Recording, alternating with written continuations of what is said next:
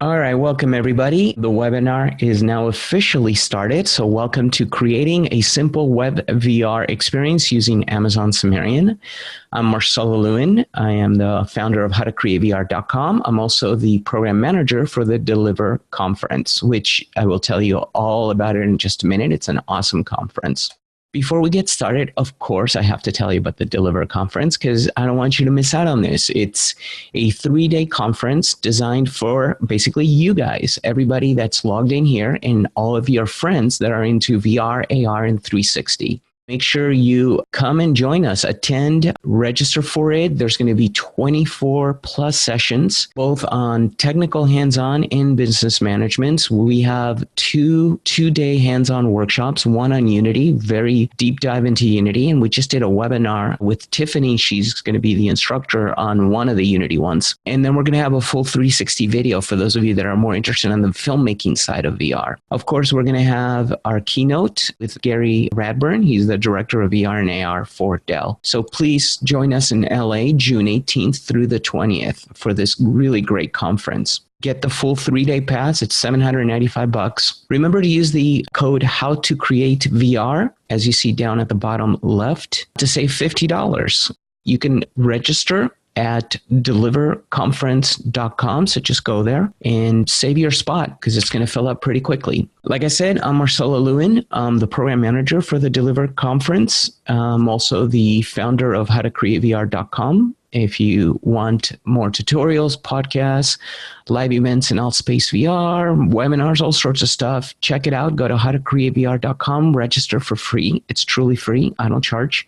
I'm an evangelist and a big believer of virtual reality and its future in computing. And your instructor today is Kirby Shabaga. And instead of me talking about Kirby, I know you're online. Why don't you talk about yourself and tell us a little bit more about you? So I've been interested in kind of WebXR here for the last couple of years. When the HTC Vive first developer kit came out, I was pretty fortunate because I live in Seattle. And for those that don't know, Valve is in Bellevue, Washington, which is part of Greater Seattle. And I was able to get maybe half-hour experience there. And it kind of blew me away. I'm an enthusiast, WebXR evangelist, and looking forward to today. You have a question box in front of you. Feel free to type in any questions you have. They will be answered most likely at the end of the webinar because we're going to try not to derail Kirby. But if it's an important question while he's doing something, we'll go ahead and ask it. But feel free to please ask any questions and either we'll get to it at the end, during, or definitely after the webinar. Also, if you have any questions about this particular webinar, feel free to email me, Marcelo at howtocreatevr.com. And if you have any questions about the Deliver conference, email the event manager, Stephanie S at fmctraining.com. Kirby, go ahead and share your screen and you can take over. Okay, so first, what's the difference when we talk about WebVR versus sort of native VR? So I put down a few attributes there. Some are pros and cons for either side of either column. Definitely with WebVR, one of the positives, and kind of those first four are all big positives. The time to production, the time to actually go from an idea to developing something to sharing it with the world is almost instantaneous. And we'll talk more about that when you see the tool and how we publish. Whereas in native VR, you're going to be downloading a pretty heavyweight tool, something like Unreal Game Engine or Unity. Those are the two most popular game engines. In the time it takes to download and install them, you probably could make your first VR experience and have it published. So second one there is distribution method. Web, meaning web, it's the open web. It's just a URL. So that is fantastic. It's very simple to distribute your final product, your scene. Native VR, you're going to have to go through some approvals with a store. For example, the Epic Store, which is now coming online, Steam, of course. As far as programming languages go, there's another difference there. If you already have web experience building sites and the such, you probably know some JavaScript or a lot of JavaScript. So getting into WebVR, if you have JavaScript experience, is pretty fast for you. If you don't know JavaScript, there's many excellent tutorials and YouTube videos to get you started with that. On the native column, it's going to be generally a little more low level, kind of going from C and C++, which is, kind of hardcore, and C sharp, which is easier to learn. Now, this fourth one, potential market, really is kind of exciting here. When we talk native VR, we're talking about the larger headsets, the head-mounted display, HMD. So, for example, Oculus Rift, HTC Vive, and soon, actually, the Valve Index. There's millions of those in the world. And don't forget PS4. PlayStation has a headset as well. There's millions. Even if you say there's tens of millions, that's nice, but there's billions of web browsers in the world. And since your experience is just a URL, you can target a huge audience. Now, currently, the native side definitely, has an edge there with performance and quality, but it will depend on what experience you're building. There are certainly many use cases that are ideal for WebVR today that don't require AAA graphics, really high fidelity graphics.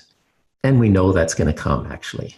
When I talk about web and the open web, I kind of like Google's definition here of the immersive web. So we just mean it's a virtual world experience that you access through a browser. So it could be on your phone, desktop experience. It could be a browser that's built into a headset like Oculus Go. It kind of can be anything from augmented reality all the way, to virtual reality. If you're interested in finding out more about the standards that go into this, W3C is the World Wide Web Consortium, and they have, a huge number of working groups. The Immersive Web Working Group is active. They're building the APIs that web browsers can use to access hardware that's connected to that device. So things like an accelerometer, if you have a headset connected, your controllers, pose, position, all these things.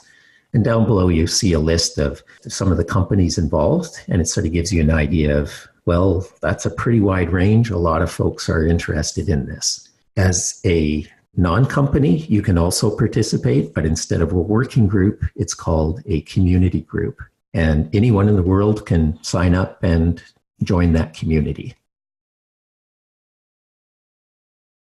Okay, so now we're in the editor. It's all loaded up. So let's try to get the demo out of the way, because if that happens, that'll be awesome. And then we can talk about the editor and how to build this. So I'm going to hit play scene. Let's see if we can get into VR. So I'm going to take my headphones off, put my HMD on. I'm going to use one controller for this because I'm kind of close to a desk when I'm sitting, and try not to bang anything when I do the quick demo. What I'll be showing is teleportation in the scene, grabbing objects, and a little bit more. So I'll be right back. So I'm just looking around in this world, and I know it's really hard to tell from a 2D representation what it looks like. I promise you that in this world, even though it's kind of cartoonish, like a little playground, it feels like I'm actually in a different world. So I can grab objects here, like this red ball. I can toss it up in the air. It's got gravity. I can catch it.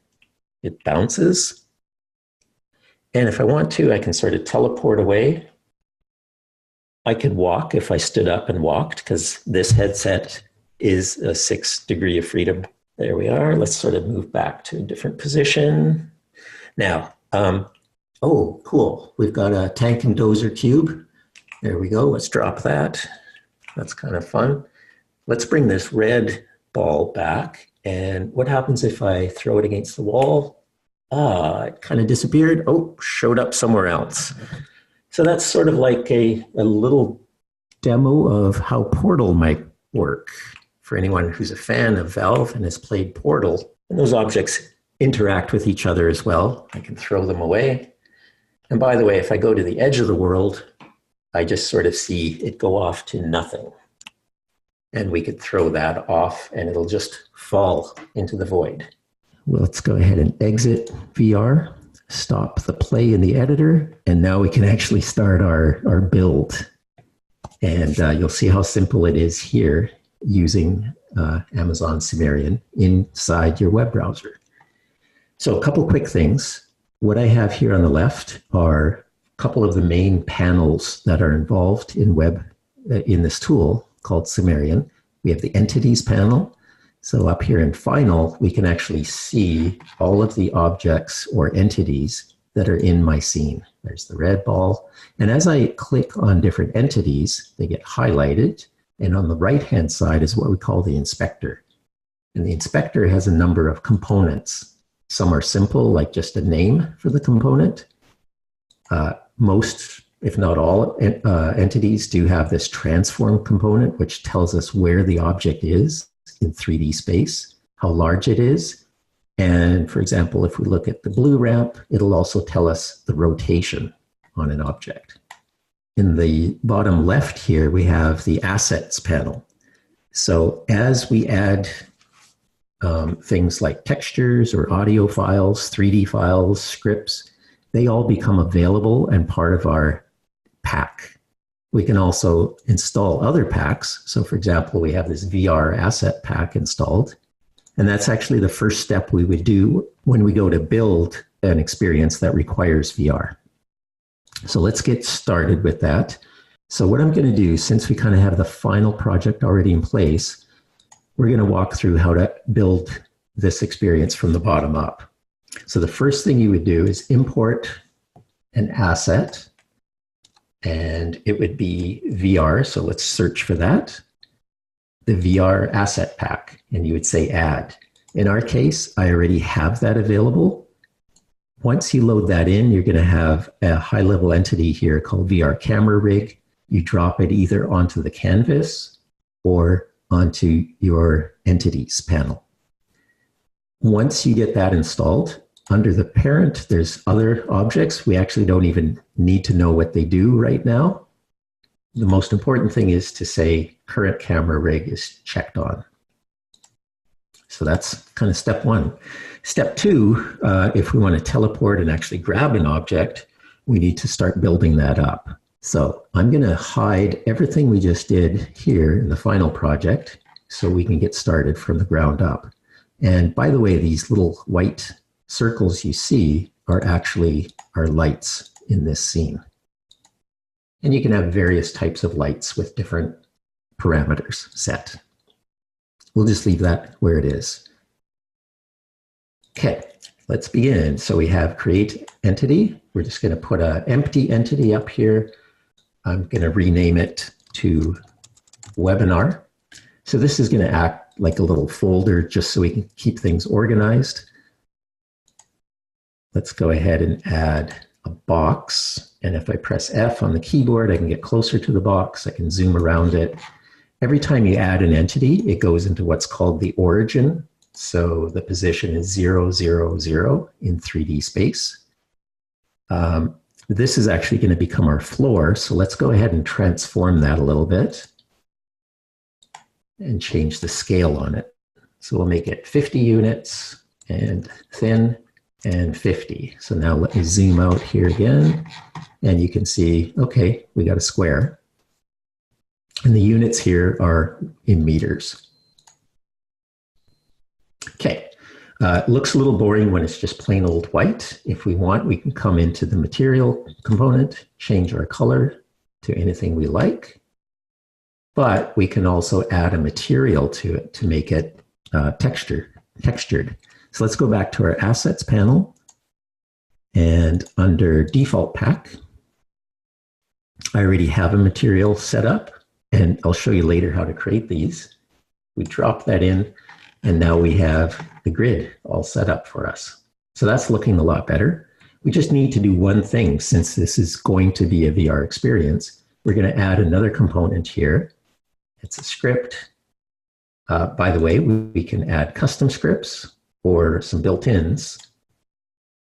But what we're going to do is look in our assets, filter on scripts, and there's teleport. Let's drop that in.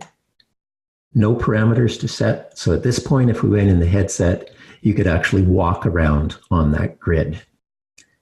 But we want one more thing here to set up our scene. We need our tank and dozer cube, something we can grab and manipulate, right? By the way, let's name this something a little more appropriate. before we carry on, we'll call that grid floor. And just as we go, we'll take those and drop them into our parent. Okay, I mentioned something we can grab. Let's add another box. If I zoom in, again, it goes to the origin. So it's actually underneath the floor and above the floor at the same time. So we know we're going to change the name on this, and we're going to change its position. Take the dozer, go to transform. For this one, I'm going to move it over to the left. And what else am I going to do? Whoops, I hit the wrong one. Pardon me. I'm going to keep it as a cube. Let's move it to the left. We're going to bring it up 0.5 meter, so it's sitting on the floor. And we're going to push it away from us. Okay, just like we saw before, we can go into materials. We could make it a nice blue. You'll notice that even in the editor here, shading is happening because we have full shading turned on. We could have some other options like just wireframe if your scene is getting complicated there and you want to save sort of render time. Just like we saw before, we do have a material set up already. So let's filter by material. And I'm going to take tank and dozer and drop that in. So now we've got this nice tank and dozer cube just sitting on the floor. If we went into VR, we wouldn't be able to manipulate this at the moment. So we're going to add a script to it to give it that capability. Here we go, script. Again, we could add a custom or one of these other built-in things depending on the use case. Let's filter on the left. Aha, grab. Drop that in.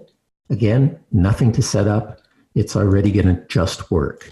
And when I say just work, this VR camera rig, this asset pack, actually handles multiple headsets. And we didn't have to change anything as far as coding or configuration. So this will work with my Vive, with my Oculus Rift, Oculus Go, Google Daydream, and you don't have to rebuild it for each of those platforms. Quick question for you, Kirby. Yeah. The scripts, they're all built into this VR asset pack that's provided by Amazon already. Do you know if that supports any of the newer ones? I'm assuming not yet, probably, like the Valve Index or the HP Reverb or the Oculus Quest. Yeah, there could be limited support. And it's one of these things that sometimes even if it says it's not supported, you give it a try and you discover that it is. I can actually work with it. Yeah. Okay. But still kind of experimental at times. Yeah, definitely. And the scripting language is what? JavaScript. JavaScript. Okay, cool. So for all web developers that are doing front-end development, this would be, they would get it immediately. Mm-hmm. Yep, cool. So that, that's it. We saw more in the demo. We're going to add that. Let's go next before we actually kind of play test this. And that's the play button down here. We're going to add some physics now, but really at this point we did 3 steps, right? We brought in the asset pack. We gave it a floor with a teleport action on it and added a box that we could grab. And away you go, you're off to the races. If you wanted to, you could click publish. And when you hit the publish link, it'll be available to the world. That's that easy. Okay, but we're going to do a little bit more because physics is kind of fun. And again, no coding required for this. So 3 more steps. If we want objects or entities to interact with each other in physics terms, like they can collide with each other or bounce off each other, we need to do a little bit of work. So let's, oh, by the way, I forgot to move that into our webinar folder. Let's go back to the grid floor. We're going to add a component here that will sort of bring us into the physics world. And it's called a collider. And I'm going to change one of the default values from 0, restitution. I'm going to make it a little bit of a bouncy floor. and that's it. So we can hide that one. That's step one. Let's put in maybe that red ball that we were picking up and bouncing around. So we'll go create entity. These are the primitive entities that are given with us. Again, shows up at 000. Let's change its name from sphere. We're going to make a red ball. Just like we did before, let's move this somewhere. So move it to the right. We're going to put this one higher in space, 3 meters up, and we'll give it, push it away from us again. So I'm just going to make that maybe -3, 3 meters away. Okay, we've seen this before. Let's look at the material that we're going to apply to this. Really simple. Let's go ahead and make this one red. There we go. And if we want to make this thing work with as a collider in physics, we'll go ahead and add our collider. Just change that to sphere. Stick with the defaults, or we could go up a little bit on that. I don't know, let's go half. So at this point, if I just hit the play button while we're in the editor, I said physics, but I didn't say gravity. So that ball is just sort of hanging there in space. If we entered VR, I could interact with teleportation. I could grab the box, but we didn't put the script on there yet to say we could grab the sphere. And now we also want to think about gravity. So let's add our script for grabbing. So now we can grab the ball. But what about gravity? We've got you covered. We add a rigid body. Okay, so with this, I'm going to give it maybe, let's give it a little bit of velocity. Any old number will do. We can even change the mass on that. Close that up. If I hit play, you'll notice it fell to the ground and now it's bouncing. And because I gave it a positive value, every time it bounces, it's getting higher. So that's like an insane, not real world experience. So that's the fun of this, right? You can experience things that you can't do in the real world. So let's give it maybe a negative velocity, see what that does. And this time I'll just enter VR again, just quickly to make sure everything's working. And then we'll go on and complete the scene. And I'll just make this a little bigger this time. Maybe it'll work out better. Okay, where's my controller? And there's the microphone. Did I lose the ball? Did it bounce away? I think it bounced away on me. Oh, it's up there. Whoa, look at that. See if I can catch it. There it is. I got it. I can grab this, and I'm hitting the table while I try to... Oh, look at that. These guys are not interacting. Something's going on there. But we can fix that. Again, notice this guy is just hanging in space because we didn't add physics to it yet. All right, exit VR. Let's bring some panels back in. We'll stop the playback, bring that panel back in. So it looks like maybe we got to go back to our tank and dozer cube. And yeah, we've got a script on it to allow grabbing, but we forgot to put a collider on it. So we'll do that. And we'll give it a rigid body. Let's keep that one at the defaults. So now that will interact with physics as well. So let's carry on. If you remember to the final project, we had like a blue ramp where the ball could roll down, a green wall, and some kind of magic portal thing that was going on. When the ball hit a certain part of the wall, it sort of disappeared and then reappeared somewhere else. So now we're going to do that. Let's do the blue ramp. So let's come back to create entity. We'll just start with a box again. We'll just put that in the center, and just like we always have done in the past, let's change the name so it's more descriptive. That's easy. Let's transform. This time we're going to use all three of these transform components. So we have translation, rotation, and scale. Okay, we're going to leave it at 0. Going to bring it up a little bit, and we're going to push it away 10 units. So now it's further away from me there. It'll make more sense if I do scale next. So we'll go 3, 0.25, and 9. So if I come over here and get a little closer, we've got this guy. We know we want it to be blue, and we also wanted it to be a ramp. So let's give it a bit of rotation around the x-axis. And you notice this is color-coded: red, green, blue, X, Y, Z. So there's red. We're going to rotate on the x-axis just 10 degrees. And it's okay that it's intersecting with the floor. That's perfectly fine. Material, we'll just make this not textured, just a blue ramp. So the ramp's in place, but again, if we want to have it work with physics, we need to add a collider to it here.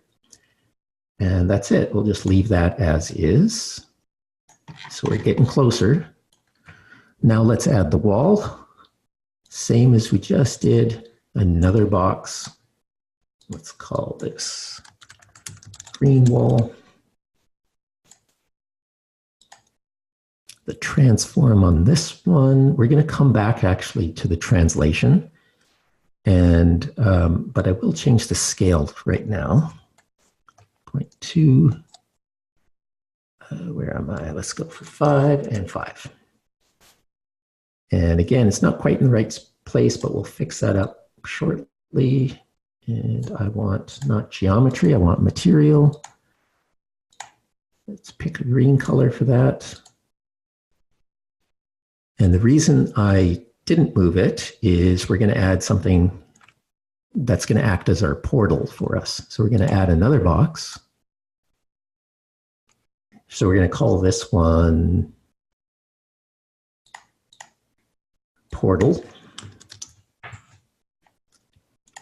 Let's get the transform going. But before we do that, let's make that a child of the green wall. And while we're here, let's put the wall in there, put the ramp in there, do a little bit of cleanup. So now the green wall has a portal built into it, but we want to modify our portal just a little bit here. So let's say, what size do we want this? Maybe 3, half, and 0.4. We will add a collider to this, except this time we're going to say it's a trigger. And that'll make sense in a moment here. So let's go back to green wall. And if we pick that, you notice I can just move both of those objects together now. So on the transform, let's fix that up just because, you know, legible numbers are easier to handle.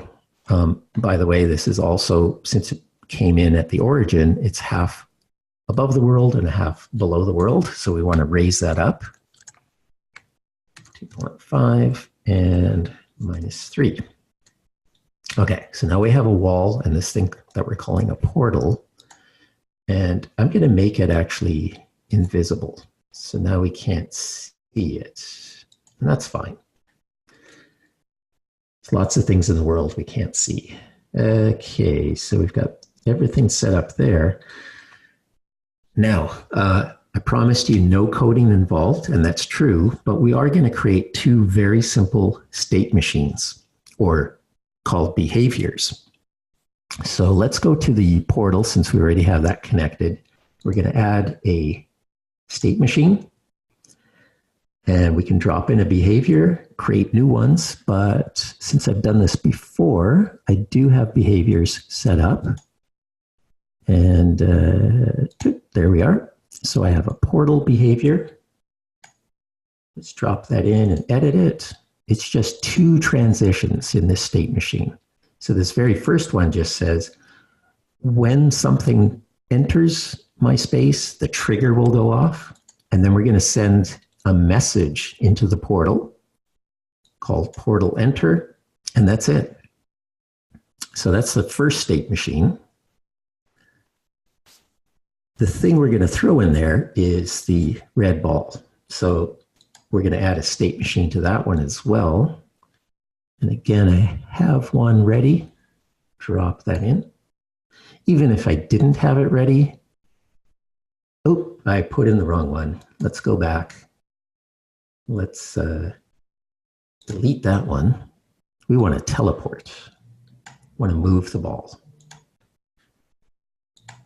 So this one has 4 states, not that much more complicated.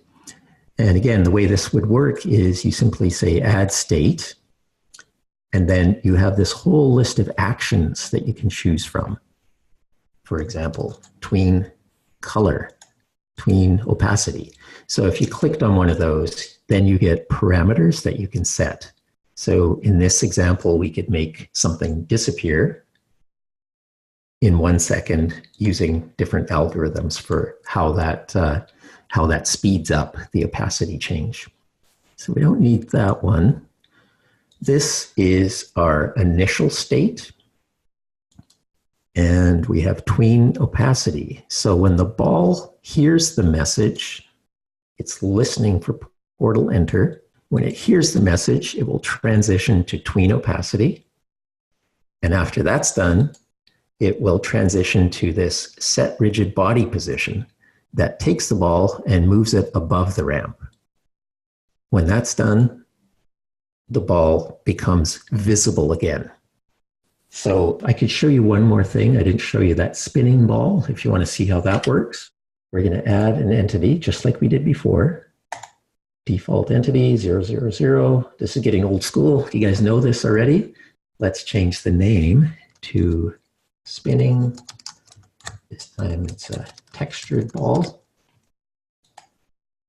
Let's move it off the floor and away from us. -2. Put it up in the air a little bit and right above the box. There, that looks good.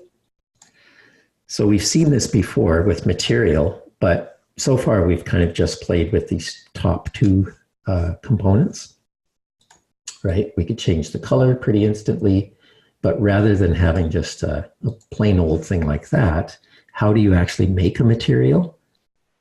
One way is if you have textures or basically some graphics available, you can start to do that quite easily.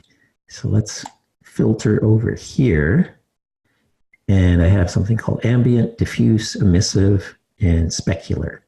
So what we'll do, and these are actually assets from the Amazon folks as well. So we have diffuse. Diffuse, let's drag that over to that area. And let's reset the color on that. Let's zoom in on the ball so you can see it's got some texture happening there. But here's the neat thing. If we start adding to this, we'll give it some specular. Let's see, let's open that again. Specular, there we go. Let's add that one in here. It's looking again a little bit different. As we tile these things together. Emissive, drop that in. Maybe change the color on that. Oh, okay. So now we can see what that's doing. It's a different texture, and when I change the color that's coming out of it, it sort of bleeds through. And then finally, we also have some ambient texture. Let's drop that in. And once again, we could play with all the colors on this. How shiny the surface is. And that is how you do the textured part. The next one we could do as we add in our collider. Oops, I just gonna move something out of the way. Let's add in our collider. Let's add in our rigid body like we did before. Notice we have angular velocity. Let's give that some value. And now if I hit play. So one of the questions is, even with such a simple scene, we have browser and Sumerian issues. How stable is this normally? I think there's a couple of things happening here. You've had issues with your computer system this morning, obviously, and Steam VR that plays into that. When you're running the webinar software, the Zoom software, that takes resources as well. So I think this goes back to maybe the previous question was about, the system. How important is it to have a powerful system? I'm going to answer part of that, and I'd like you to jump in as well. But I think for VR development specifically, whether you're doing Sumerian, Unity, Unreal, whatever, you're going to need a pretty beefy system. The more GPU, the more CPU, the more memory you have, the better the experience is going to be for you as a developer, and the less issues you're going to have. Once you're done and publish it, then for the end user, it's going to be a much more stable experience. But from a developer perspective, and that's not just in VR, but in general, usually a beefier system, meaning like an i7, maybe a GTX 1070 and above, 32 gigs of RAM is always going to be much better than an older system. Any thoughts on that you want to add, Kirby? Yeah, I mean, that's absolutely true. Obviously, the better the graphics card, that's kind of the first thing you would want to upgrade. But even, like I say, with my 980 Ti, I can run, all of the VR games that are on Steam without an issue. However, we do see new headsets coming, like the Valve Index, that's higher resolution and higher refresh rate at 120 frames per second. So you probably want to, I would probably want to upgrade my graphics card if or when I get that headset. The neat thing, though, because this is browser-based, I can jump onto my MacBook Pro and work on it part of a scene. And then when maybe I get home to my Windows machine, I can test it with a headset. Right. Yeah. So there's a lot more there to the Sumerian, and definitely hope to see you at the conference and show you more. Yeah, definitely. So, get a powerful machine for development. It's an investment that will pay off in the end. There is a couple of other questions there. So we've got, if you want to import some 3D assets, what are the suggested 3D file formats? Yeah, excellent. So currently OBJ and FBX, kind of the old standards. I imagine, I have no knowledge, but I'm sure on the roadmap they'll be supporting newer things like GLTF. But yeah, you can just grab stuff off of Poly or your favorite 3D site, and as long as it's OBJ, FBX, you're good to go. Is there integration with Poly directly, or do you have to download it and then bring it up? Poly meaning the Google Poly with... Exactly, Google Poly, yeah. There's no direct integration, so you download that asset from Google Poly and then drop it onto the scene, and that's how it gets imported. I see. Very cool. Are there any templates or complete project templates available anywhere to buy to speed up projects? Hey, I think he came up with a great idea for a marketplace. Yeah, currently with Sumerian, there are some examples provided by the team at Amazon. There's not like a marketplace yet, but that would be, hopefully that's in the roadmap, or somebody on the stream could start that up. That would be very cool. Yeah, definitely. It's kind of early, right, in the development of Sumerian and just WebVR in general. But I want to remind people that with VR, we're kind of in sort of like where the internet was in the late 90s, early 2000s. And this is where we're at. So all of us, we're pushing the boundaries here, but this is truly the future. This is truly the future of computing. 3D, meaning XYZ, right, is truly the future of how we're all going to be interacting with data, information at work, socially, for entertainment. So you guys, everybody here is doing the right thing. You guys are learning in webinars like this, and you guys are going to join us at the Deliver conference to get more hands-on technical experience, not just from Kirby, which he'll be there, but I'll be there as well. just check out the program at deliverconference.com and make sure you register and join us there. Because like Kirby said, we'd love to see you there.